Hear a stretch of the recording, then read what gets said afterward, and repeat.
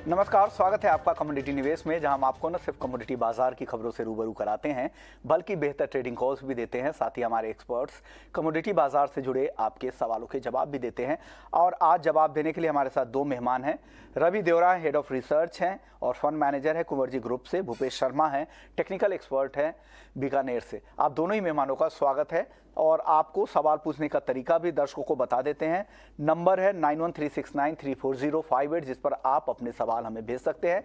साथ ही आप हमारे social media page Facebook, Twitter और इंस्टाग्राम के जरिए भी सवाल भेज सकते हैं। चलिए सबसे पहले आज बात करते हैं चांदी की, क्योंकि चांदी में अब शुरुआती सुस्ती के बाद गिरावट बढ़ती दिख रही है। 700 रुपये से ज़्यादा चांदी अब नीचे आ चुकी है। भूपेश जी, क्या लग रहा है, क्यों आई ये गिरावट आज? ये गिरावट और बढ़ने वाली है? अब तो 830 रुपये नीचे आ गई है। क्या करें इन स्तरों पर? जी नमस्कार सर। मुझे अभी भी चांदी में करंट भाव पर मंदी समझ आती है। 59,000 के नीचे चांदी में बिकवाली आज के सत्र में, शाम के सत्र के लिए करनी चाहिए। नीचे में 68,500 से लेके 68,300 के भाव देखे जा सकते हैं। बिकवाली की वजह सिर्फ यही कहूंगा कि मार्केट काफी ओवरबॉट पोजीशन में ट्रेड कर रहे हैं। अभी मार्केट में एक छोटा सा करेक्शन आना चाहिए। इन करेक्शंस के लिए मार्केट में बिकवाली करनी चाहिए। इक्विटी की तरफ कमोडिटी में भी उस तरह का करेक्शन देखने को मिल रहा है। रवि जी, आपको क्या लग रहा है? नीरज हैं दिल्ली से, इनके लिए ये सवाल सटीक होगा, क्योंकि 64,000 पे इन्होंने शॉर्ट कर रखा है। लेकिन जो करेक्शन आया है 800 रुपये से ज़्यादा का, आपको लग रहा है कि 64,000 रुपये तक पहुंच पाएगी चांदी? इतनी गिरावट आ सकती है क्या चांदी में? आप क्या उम्मीद लगा रहे हैं चांदी से?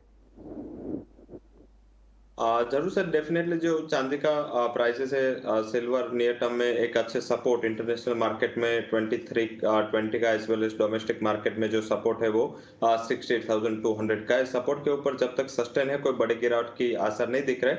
हालांकि आज थोड़ा प्रॉफिट बुकिंग मूड आगे और बढ़ सकता है। पर्टिकुलर थोड़ा रिस्क ऑफ माहौल है, एंड जो बढ़ती कोविड केसेस है उससे वर्ल्ड के largest and second largest consumer जो इंडिया एंड चाइना है, दोनों में अभी थोड़ा दिक्कत चल रही है। इंडिया में अभी कोई इतना ज्यादा प्रभाव नहीं है, बट यस अभी गवर्नमेंट की रिव्यू मीटिंग चल रही है, उसमें क्या आता है उसका भी फोकस रहेगा। बट यस, सिल्वर में लग रहा है कि जो कंज्यूमर एंड जो इंडस्ट्रियल पार्ट है वो थोड़ा वीक रह सकता है। मैन्युफैक्चरिंग एक्टिविटीज में थोड़ा स्लो डाउन है, और साथ में अभी छुट्टियों का माहौल भी चालू हो रहा है। और जो कल कंज्यूमर कॉन्फिडेंस के यूएस के नंबर थे वो भी एक पॉजिटिव नंबर के हिसाब से थोड़ा डॉलर इंडेक्स पे आगे जाके बढ़ने की ही प्रोबेबिलिटी ज्यादा दिख रहे हैं। तो मुझे लग रहा है कि एक बिकवाली का ट्रेड यहाँ समझ आता है।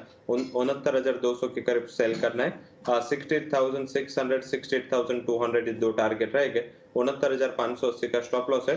आपका 64,000 का सिल्वर सेल है। मेरे हिसाब से ये एक बार सिल्वर 67,000 के करीब भी मिल जाए तो भी एग्जिट हो जाना चाहिए। और ओवरऑल मुझे लग रहा है कि बुलिश ट्रेंड जारी रहेगा, पर एक मुनाफा वसूली के पार्ट में 67 के करीब एक बार चांदी आ सकता है। चलिए गोल्ड की बात कर लेते हैं। 3 बजे तक गोल्ड 55,000 के ऊपर थी। हमने हरे निशान में भी गोल्ड को काफ़ी समय तक देखा था। उसके बाद से हालांकि एक दायरे में कारोबार हो रहा था, लेकिन अब वो धीरे धीरे दबाव दिख रहा है। यहाँ पर 130 रुपये से ज़्यादा की गिरावट आ चुकी है 54,940 पे। अब एक इससे जुड़ा हुआ सवाल है, महेश हैं हैदराबाद से। इनके पास गोल्ड है 54,530 रुपये पर। इन्होंने एक लॉट शॉर्ट कर रखा है। भूपेश जी, क्या लग रहा है, इनका भाव क्या नीचे दिख सकता है? क्या बहुत दूर नहीं है? 400 रुपये के आसपास का फर्क है। जी सर, गोल्ड का ट्रेंड अभी भी, मेजर ट्रेंड अभी भी इसका पॉजिटिव है। गोल्ड में 54,900 के नीचे एक बहुत छोटे सत्र के लिए एक मंदी देखी जा सकती है, जिसमें भाव 54,800 से लेके 54,733 तक के भाव नीचे में देखने को मिल सकते हैं। संभावना रहेगी कि आज या कल तक के सत्र में ये भाव देखने को मिले। और बिल्कुल सिमिलर सवाल एक और है, विनीत काबरा का है कोलकाता से। इन्होंने भी 2 लॉट गोल्ड शॉर्ट कर रखा है, लेकिन इनके जो शॉर्ट का जो लेवल है वो काफ़ी नीचे का है। इन्होंने 53,800 रुपये में शॉर्ट पोजीशन ली है। क्या, और ये फरवरी तक होल्ड भी कर सकते हैं, यानी इनके पास 2 महीने के आसपास का टाइम है। अब क्या करना चाहिए? रवि जी, आपको क्या लग रहा है, गोल्ड कितना नीचे आ सकता है इन अगले 1-2 महीने में? एक रेंज बता दीजिए ताकि ये इंतज़ार करे अगर इस उम्मीद में कि नीचे आएगा। डायरेक्टली कोस्ट की वेट ना करें। मेरे हिसाब से यहाँ ऐसा हो सकता है कि अब अगर गोल्ड है, ये प्रोबेबिलिटी है कि जिस हिसाब से डॉलर इंडेक्स स्ट्रांग हो रहा है, थोड़ा बहुत मुनाफा वसूली का प्रेशर होगा। बट मेरा मानना है कि 54 के नीचे फंडामेंटल पे सस्टेन होना थोड़ा मुश्किल है।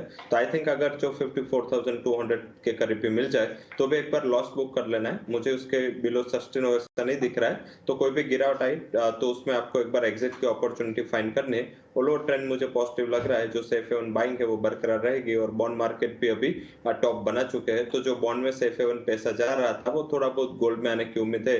जैसे ही फंड मैनेजर्स अप्रोच करेंगे मार्केट को सेकंड वीक प्रोबेबली इन जनवरी से, तो मुझे लग रहा है कि यहाँ और तेजी की उम्मीद है। तो कुछ भी गिरावट आती है ये वोलेटिलिटी में तो एक बार एग्जिट हो जाना है। डायरेक्ट कोस्ट के लिए वेट ना करें। 54,200 आए तो भी एक बार लॉस बुक करके एग्जिट हो जाए। राहुल जैन है मुंबई से, 1 महीने के लिए 5 लॉट कॉपर किस भाव पर खरीदना चाहिए? ये सवाल भूपेश जी आप बताइए, किस भाव पर 5 लॉट अगर ये खरीदना चाह रहे हैं तो किस भाव पर खरीदना सही होगा? कॉपर में 690 से 695 रुपए तक के लेवल बहुत सेफ रहेंगे खरीदने के लिए, क्योंकि कॉपर का बाजार अभी ओवरऑल पॉजिटिव ट्रेंड में ट्रेड कर रहा है और यहाँ से मुझे उम्मीद है कि आगे भी ये ट्रेंड जारी रहना चाहिए कॉपर के बाजार में। ऊपर में मुझे लगता है कि कॉपर 721 से 725 के भाव अगले 2 महीने में संभावित रहेंगे। स्टॉप लॉस क्या है? इस 690 से 695 खरीदे तो स्टॉप लॉस क्या लगा के रख लें? 683 रुपीज का स्टॉप लॉस मेंटेन रखना चाहिए। ओके, 683 का स्टॉप लॉस लगाएं। 690 से 695 रुपए के रेंज में खरीदना सबसे सेफ होगा, ऐसा भूपेश जी को लगता है 725 के टारगेट के लिए। आपको क्या लगता है? क्रिश का सवाल भी है कॉपर पर, और आपको क्या लगता है किस लेवल पे बाइंग करना सबसे सेफ होगा रवि जी? मेरे हिसाब से शायद जो 700 है वो एक अच्छा बेस है। शायद उसके नीचे जाएगा तो थोड़ा बहुत और वोलेटिलिटी में मिल जाएगा। तो आप क्या करें कि 5 लॉट आपको बाय करने हैं तो आई थिंक कि थोड़ा सिस्टमेटिक मैनर पे बाय कर ले। अभी 715-16 के करीब प्राइस चल रहा है। ये गिरावट पे अगर 708 के करीब मिल जाए तो वहां से आपको एवरेज 2 से 3 रुपए में के गैप में एक कॉपर बाय कर लेना है। मेरे हिसाब से स्टॉप लॉस आप थोड़ा रख सकते हैं, वो 690 के करीब स्टॉप लॉस रख के आप एक एक्यूमुलेशन जैसा एक सिस्टम वहां पे प्लेस कर सकते हैं। अपर साइड मेरा मानना है कि 736 736 तक के टारगेट आपको जल्दी दिखने चाहिए। शायद 6 से 7 ट्रेडिंग सेशन लगेंगे, बट ओलो ट्रेंड वहां पे सप्लाई डेफिसिट के हिसाब से पॉजिटिव है। ध्यान रखें चाइना के रिलेटेड कोई भी न्यूज आता है तो स्टॉप लॉस जरूर से लगाए, क्योंकि ये जो न्यूज आएगी अगर चाइना में फिर से कुछ लॉकडाउन या शटडाउन जैसा प्रोबेबिलिटी हुआ तो मेरे हिसाब से आपको एक फिर से गिरावट का दौर जारी रहेगा। तो 690 के स्टॉप लॉस के साथ बाय एंड डिप्स का स्ट्रेटेजी रखें। चलिए, अगले दर्शक कविता हैं जयपुर से, 1 हफ्ते में सोने चांदी का भाव क्या हो सकता है? भूपेश जी 1 हफ्ते के लिए क्या टारगेट देख रहे हैं गोल्ड और सिल्वर का? दोनों ही बाजारों की बात करूं तो दोनों बाजार अभी हाईली ओवरबॉट पोजीशन में है। काफी अच्छी खासी तेजी पिछले 10 से 15 ट्रेडिंग सेशन में देखी गई है। चाहे चांदी की बात करें चाहे गोल्ड की बात करें, तो अभी मैं कह सकता हूं कि गोल्ड और सिल्वर दोनों के भाव में एक गिरावट आनी चाहिए। ओवरऑल दोनों का ट्रेंड अभी भी मजबूत बना हुआ है। कोई बड़ी गिरावट मुझे समझ नहीं आती, चाहे वो सोना है चाहे चांदी है। सोने की बात करें तो नीचे में 53,800 से नीचे मुझे सोना जाता हुआ अभी अगले 15 से 20 ट्रेडिंग सेशन में जाते हुए समझ नहीं आता। और अगर चांदी की बात करें तो नीचे में 65,500 से 66,500 के नीचे चांदी मुझे जाती हुई समझ नहीं आती। 15 दिनों तक 53,800 के नीचे सोना और 65,500 से 66,500 के नीचे चांदी जाती नहीं दिख रही है। तो आप देख ले कहां पे आपको एंट्री करना है। अगर आप 1 हफ्ते का व्यू है तो ये भूपेश जी की तरफ से है। अगले दर्शक है वैभव है नासिक से, 2023 के लिए चांदी का टारगेट जानना चाह रहे हैं। क्या 2023 में 1 लाख चांदी जा सकती है? क्या लग रहा है रवि जी? प्रोबेबिलिटी तो कुछ भी है, कुछ भी हो सकता है। चांदी पहले से थोड़ा वोलेटाइल कमोडिटी रहा है, बट मुझे लग रहा है कि इतने बड़े और ऑप्टिमिस्टिक टारगेट की उम्मीद नहीं करनी चाहिए। उसका बेसिक रीजन क्या है कि चाइना में धीरे धीरे जिस हिसाब से कोविड का प्रसार बढ़ रहा है अक्रॉस द ग्लोब, अगर आप जापान की भी बात करें तो आज जापान में 1.5 लाख केस आए और 350 डेथ थे एक दिन में ही। तो ऐसे ही अगर केसेस बढ़ते रहे तो इमीडिएटली गिरावट थोड़ा बहुत as a part of profit booking आएगी। बट ऑल ओवर मेरा मानना है कि 75,000 से लेके 80,000 एक आप target second half of this calendar year रख सकते हैं। 80,000 10,000 तक मुझे लग रहा है कि शायद आपको दीपावली के पहले ये टारगेट मिल जाए, बट उससे ज्यादा टारगेट की उम्मीद नहीं करनी चाहिए। रवि जी, एक और सवाल था राजू सोनी का बानापुरा से, मध्य प्रदेश से। इनके पास उड़द, मूंग और गेहूं है। इसका प्राइस जानना चाह रहे हैं जनवरी तक के लिए। क्या लग रहा है इनके प्राइस किस तरफ जा सकते हैं अगले एक महीने में? आई थिंक उड़द में निकल जाए। उड़द में मुझे नहीं लग रहा है कि कोई बड़ा प्राइस एप्रिसिएशन होगा, और मूंग में भी यही थोड़ा प्रोबेबिलिटी है। मूंग में अगर यहाँ से 300-400 पॉइंट भी बढ़ता है तो भी एग्जिट हो जाना है। पल्सेस मार्केट में गवर्नमेंट का इंटरवेंशन काफी रहता है, तो ज्यादा प्राइस की प्रोबेबिलिटी एंड ज्यादा जो डिमांड भी है वो भी वहां पे फ्लैटन रही है। तो मेरा ये मानना है कि यहाँ से उड़द है ये प्राइस पे, और मूंग है वो यहाँ से 200-300 पॉइंट के उछाल पे बेच दे। गेहूं अभी भी मुझे लग रहा है कि जो ग्लोबली सप्लाई रिलेटेड तो जो डेफिसिट है शायद प्राइस को सपोर्ट करती रहेगी, और ये क्या मींस के एसेंशियल कमोडिटी एक्ट में भी है, तो आगे जाके थोड़ा अगर गवर्नमेंट इस जिस हिसाब से अभी एक्सपोर्ट को भी थोड़ा बहुत पार्शियल रिलीफ मिला था, बट आगे जाके मुझे लगता है कि एक बार आपको 3,000 तक के लेवल फरवरी से मार्च में दिखने चाहिए, तो गेहूं में रुके अभी भी यहाँ से अच्छे 300-400 पॉइंट के मुनाफा होने की प्रोबेबिलिटी है। वही मूंग एंड उड़द में मुझे फंडामेंटल टैपिड लग रहा है ड्यू टू गवर्नमेंट इंटरवेंशन। ज्यादा प्राइस एप्रिसिएशन की उम्मीद नहीं लग रही। कृष पटेल है अहमदाबाद से। चांदी खरीदें या बेचें इन स्तरों पर, क्या करना चाहिए भूपेश जी? अभी अगर तुरंत की बात करें तो चांदी बेचनी चाहिए। 68,900 के नीचे, 68,900 का भाव चल रहा है।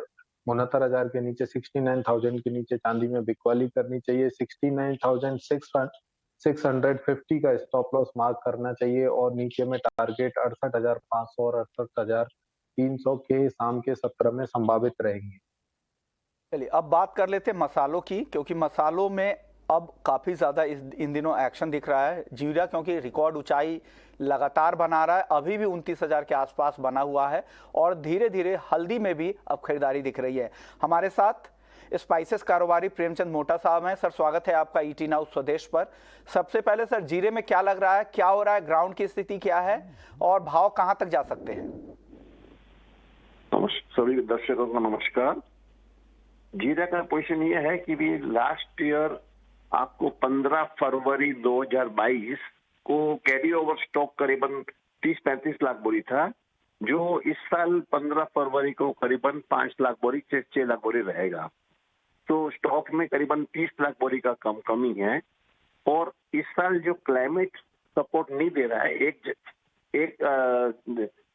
फर्स्ट नवंबर से इसकी सीडिंग, 15 नवंबर से सीडिंग शुरू हो जाती है, तो सीडिंग तो सब जगह ठीक हुई है, मगर क्या है, क्लाइमेट ठंड नहीं होने से, क्लाइमेट अच्छी नहीं होने से सीडिंग का जर्मिनेशन अच्छा सा नहीं हो रहा है। इसलिए आने वाली फसल जो है वो कैसी आएगी, क्या आएगी, वो 15-20 दिन का क्लाइमेट देख के बतला सकेंगे। और अभी 1-2 दिन से सिर्फ वहाँ ठंड शुरू हुई है गुजरात और राजस्थान में, तो ठंड यदि अच्छी गिरे तो करीबन समझ लीजिए नया फसल 55 लाख बोरी आने की उम्मीद है। और इसके हिसाब से शॉर्टेज बना हुआ है, और बाजार जो 12 महीना के भीतर में 150 रुपए का जीरा जो 290 रुपये हो गया है, वो होना ही था, क्योंकि सप्लाई काफी शॉर्ट है। और सामने ये पोजीशन है कि आने वाली इंटरनेशनल मार्केट में भी जो दूसरे कंट्रियों में जहां जहां जीरा होता है, वहां भी इस साल कैरी ओवर स्टॉक कम है, और आने वाले फसल वहां भी कुछ कम होने का उम्मीद है। इसलिए यहाँ से तेजी दिख रही है क्या? 30,000 की संभावना दिख रही है आपको जीरे में? हाँ, ये अभी के जो पोजीशन से चालू रही तो 30,000 रुपया क्रॉस कर देगा बाजार, आराम से क्रॉस कर देगा। ओके, चलिए अभी हल्दी की बात कर लेते हैं। मगर जिसका नीचे भाव का लिया हुआ उनको थोड़ा थोड़ा मुनाफा भी खाना चाहिए। ओके, यानी धीरे धीरे मुनाफा भी ले, स्टैगर्ड मैनर में, यानी टुकड़ों में आप मुनाफा भी लेकर जाए। लेकिन ज्यादातर जानकारों को लग रहा है कि 30,000 के लेवल की तरफ जा सकता है जीरा। सर, हल्दी की बात कर लेते हैं। हल्दी में एक तो खबर यह है कि आंध्र प्रदेश में डैमेज को लेकर किस तरह की रिपोर्ट है, एक्सपोर्ट डिमांड को लेकर क्या स्थिति है, और क्या कम उत्पादन का अनुमान है जिससे कीमतों को सपोर्ट मिल रहा था। हालांकि आज के सत्र में हल्की मुनाफा वसूली दिख रही है, लेकिन ओवरऑल ट्रेंड क्या है और क्या ट्रिगर है हल्दी के लिए? हल्दी के पोजीशन में 5 साल से तेजी वाले ग्रुप जो हैं, वो पूरा सबको मिसगाइड कर रहे हैं। इस साल फसल जो है, लास्ट ईयर यानी कि 2022 में फसल 85 लाख बोरी आई थी, और ये 2023 में फसल कमती नहीं बल्कि 15 लाख बोरी ज्यादा आएगी, यानी कि 100 लाख बोरी फसल आएगी। इसलिए हल्दी में सप्लाई काफी अच्छा रहेगा। लास्ट ईयर 1 जनवरी को कैरी ओवर स्टॉक करीबन 38-40 लाख बोरी था, जो इस साल कैरी ओवर भी करीबन 45 लाख बोरी रहेगा। ओके। इसलिए मनी पावर से बाजार तो अभी थोड़ा सुधर रहा है कि जिनके हाथ में लंबा स्टॉक है वो लोग थोड़ा बाजार को सपोर्ट देके बढ़ा रहे हैं। बाकी एक्चुअली रियल में हल्दी के इन्वेस्टर 5 साल से कमाए नहीं है और 2023 में भी हल्दी का इन्वेस्टमेंट एडवाइजेबल नहीं रहेगा। ओके ओके, हाँ जी, शुक्रिया सर, आपने वक्त निकाला और हल्दी और जीरे का आउटलुक बताया कि ग्राउंड की स्थिति क्या है, भाव आगे किस तरफ जा सकते हैं। चलिए आगे बढ़ते हैं, कॉटन केक की बात कर लेते हैं। कॉटन केक में आज 3% से ज़्यादा की तेजी एनसीडीएक्स के जनवरी वायदा में दिख रही है, 2850 के ऊपर चला गया है। इस पर बात करने के लिए हमारे साथ सुधीर अग्रवाल जी हैं, all India cotton seed oil industry association के नेशनल कोऑर्डिनेटर है। सुधीर जी, क्या हो रहा है कॉटन केक में, दाम क्यों बढ़ रहे हैं, क्या खबर है, ग्राउंड से क्या रिपोर्ट आ रही है? देखिए, अभी 3 दिन पहले देखा जाए तो सीआईए ने भी अपना एस्टीमेट 4,25,000 से कम किया, जो 3,44 बता रहे थे वो 3,40 के अंदर हो गया है। दूसरी बात क्या, अराइवल बिल्कुल भी बढ़ नहीं पा रही है। तीसरी बात देखा जाए तो अभी 300 एनसीडेक्स में देखा जाए तो 335 टन की डिलीवरी लगी है, उसके मुकाबले अभी 50,000 टन की ओआई है। और अगर अपन देखते हैं कि 2990 रुपए के स्पॉट प्राइस आ रही है, जबकि वायदा है 2850 रुपए, 140 रुपए का डिफरेंस जो चल रहा है। अगर अपन देखा जाए तो जनवरी वायदे में भी क्या हुआ था कि स्पॉट रेट बाद में आखिरी दिन 3,050 रुपए पे बंद हुआ था। तो कुल मिला के देखा जाए तो अभी जो वायदा है काफी नीचा चल रहा है और स्पॉट प्राइस काफी ऊंचा है, स्पॉट पे बाजार इसलिए एनसीडीएक्स में डिलीवरी लग नहीं पा रही है। उसकी वजह बाजार तेज रहेगा और आगे भी उम्मीद है, क्योंकि डिलीवरी माल भी नहीं आ पा रहा है और क्रशिंग भी नहीं हो पा रहा है, डिमांड भी काफी अच्छी बनी हुई है, हाजिर में काफी अच्छी डिमांड है, सप्लाई हो नहीं पा रही है। इन सब रीजन से बाजार तेजी की संभावना है। ओके सर, हाजिर में क्या भाव है कॉटन केक का भी अलग अलग क्वालिटी के हिसाब से? अगर अलग अलग क्वालिटी के हिसाब से, जैसे एनसीडीएक्स क्वालिटी अगर अपन देखें तो चाहे कड़ी ले लो या फिर अकोला, इधर 3,000 रुपए कम से कम भाव है। इसमें भी बेचवाल कमजोर है। अगर अपन मोटी खली के भाव देखते हैं तो इंदौर में जैसे 3,800 से 4,000 रुपए तक के भी भाव है। पर अगर अपन जो बात करते हैं बेस प्राइस की, तो वो 3,000 रुपए से 3,100 रुपए का अकोला भाव और कड़ी का भाव है, जबकि एनसीडीएक्स में भाव चल रहा है अभी 2,840 रुपए और एनसीडीएक्स का स्पॉट रेट चल रहा है 2,990 रुपए। तो एनसीडीएक्स में और हाजिर में काफी डिफरेंस है। न तो इसके अंदर स्पॉट डिलीवरी लग पा रही है और न ही इसके अंदर ओआई काफी है, 50,000 टन की ओआई है। पर जिन्होंने माल बेच सका उनको मालूम है कि अगर अपन आज काट के नहीं आई तो डिलीवरी कहाँ से दे पाएंगे जिन्होंने बेच सका। तो इसलिए आगे इसमें तेजी की बहुत ज्यादा संभावना है। ओके सर, किस तरह की अराइवल है अभी फिलहाल, किस तरह की आवक रोजाना बेसिस पे हो रही है और डिमांड उसके मुकाबले किस तरह की है? इस समय करीब 1.5 से 2 लाख बेल्स के अराइवल्स पर डे होना चाहिए, जबकि अराइवल्स आज की तारीख में 1 लाख बेल्स की है। पूरी कॉटन इंडस्ट्रीज को बहुत ज्यादा दिक्कत आ रही है। पूरी कॉटन इंडस्ट्रीज करीब बंद सामान है, किसी को 5% पे, कोई 10% पे चल रहा है। तो उसके कारण बहुत ज्यादा दिक्कतें आ रही है, पूरी इंडस्ट्रीज का डिस्पैरिटी में चल रही है। इसलिए अराइवल बढ़ना बहुत जरूरी है और अराइवल बढ़ नहीं पा रही है। इसके कारण वो काफी 3 महीने, जो अक्टूबर, नवंबर, दिसंबर 3 महीने काफी क्रूशियल रहते हैं, जिसमें 50% अराइवल आ जाती है। अगर अपन 344 की भी माने फसल, तो करीब 1,70,00,000 के करीब फसल मार्केट में आ जाना चाहिए, जो कि मुश्किल से अभी तक 65 लाख आ जाई है। तो जो 70-80 लाख का गैप है वो आगे जाके कहाँ ले जाएगा, ये बड़ा मुश्किल बात है। ओके, शुक्रिया आपका सुधीर जी, आपने वक्त निकाला और बताया कि ग्राउंड पर कॉटन केक को लेकर क्या स्थिति है। कॉटन पर ही एक सवाल था, भागवत का है नांदेड़ महाराष्ट्र से, कॉटन कब बेचना चाहिए? ये लगता है किसान है, रवि जी क्या सलाह देंगे इनको? कॉटन का स्टॉक होगा इनके पास, कब इनको मार्केट में आना चाहिए, कब बेचना चाहिए ताकि इनको बेहतर भाव मिले? चाइना का कंसर्न निकल के इस हिसाब से डोमेस्टिक प्राइसेस में थोड़ा बहुत गिरावट हायर लेवल से आई है, बट मुझे लग रहा है कि जैसे ही थोड़ा ओपन होगा सेकंड वीक ऑफ जनवरी से थोड़ा ग्लोबल मार्केट में ट्रेड एक्टिव हो गए, उसके बाद एक थोड़ा उछाल देखने को मिल सकता है। अगर आप कॉटन की बात कर रहे हैं तो मुझे लग रहा है कि 31,200 तक के लेवल। वहीं आप अगर कपास की बात कर रहे हैं तो उसमें फ्यूचर से स्पोर्ट काफी अच्छा चल रहा है, अभी 1750-1700 का लेवल स्पोर्ट में अच्छी क्वालिटी का कपास बिक रहा है। तो वो 1800 के करीब आ जाए तो वहां पे बेच देना चाहिए। मुझे लग रहा है कि अभी रुके, बट 1800 के करीब एक बार बेचने का ख्याल आपको कपास में रखना चाहिए। ग्वार में एक सवाल पूछ रहे कि ग्वार में क्या करना चाहिए, उन्होंने नाम नहीं भेजा है। भूपेश जी, ग्वार में लग रहा है ग्वार सीड ग्वार गम में क्या सलाह दे रहे हैं इनको? सर ग्वार सीड और ग्वार गम का दोनों का ट्रेंड अभी भी ओवरऑल पॉजिटिव बना हुआ है। हो सकता है कि 100 से 150 रुपए की कोई मंदी देखने को मिल जाए, जैसा कि आज सुबह के सत्र में भी एक 80-90 रुपए की गिरावट देखी गई थी, परंतु मार्केट बहुत तेजी से नीचे के भाव से कम बैक करता है। और अभी तक चार्ट पर जब तक बाजार 5700 के ऊपर खड़ा है ग्वार सीड जनवरी, तब तक इसमें मुझे कोई किसी प्रकार की कोई बड़ी मंदी समझ नहीं आती।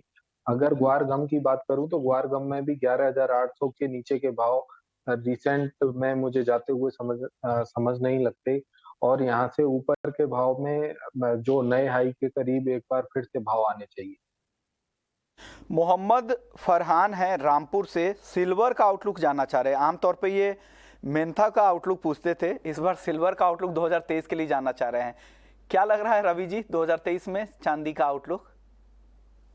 फर्स्ट क्वार्टर में मुझे लग रहा है कि थोड़ा बहुत वहां पे वोलेटिलिटी रह सकता है। सेकंड थर्ड क्वार्टर से अच्छी एक उछाल आपको दिखनी चाहिए, क्योंकि कोविड कंसर्न्स बढ़ रहे हैं, तो मुझे लग रहा है कि नियर टर्म आउटलुक है वो थोड़ा वोलेटाइल होगा। साथ में डॉलर इंडेक्स पे अगर यहाँ से थोड़ा बहुत इंच अप हुआ तो प्राइसेस में हायर लेवल से रेजिस्टेंस बना रहेगा।